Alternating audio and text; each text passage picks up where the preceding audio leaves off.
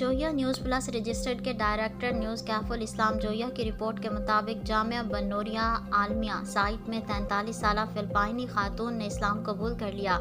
ईसाईयत से ताल्लुक़ रखने वाली डोरा लिरा ने जामिया आकर इस्लाम कबूल करने की ख्वाहिश का इज़हार किया, जिस पर जामिया बन्नोरिया आलमिया के नायब मोहतरम मौलाना फरहान नईम ने 9 मुस्लिमा को कलमा पढ़ा कर दायरा इस्लाम में दाखिल किया और इस्लामी नाम ज़ैनब तजवीज़ करके मुबारकबाद पेश की।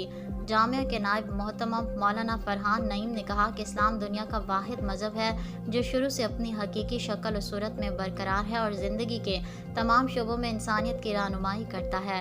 इस्लाम ने औरत को जो इज़्ज़त और एहतराम दिया वो दीगर मज़ाहिब में नज़र नहीं आता। इस मौके पर 9 मुस्लिमा ने गुफ्तगू में कहा कि इस्लाम का दिल से मुताला करने वाले इस्लाम से मुतासिर हुए बगैर नहीं रह सकता। मेरी खुशकिस्मती है मैं यहाँ जामिया बन्नोरिया आलमिया में आकर इस्लाम में दाखिल हो रही हूँ। इस मौके पर जामिया में ज़ेर तालीम फिलिपाइनी तलबा और उस्ताज़ा कराम और दीगर मेहमान भी मौजूद थे।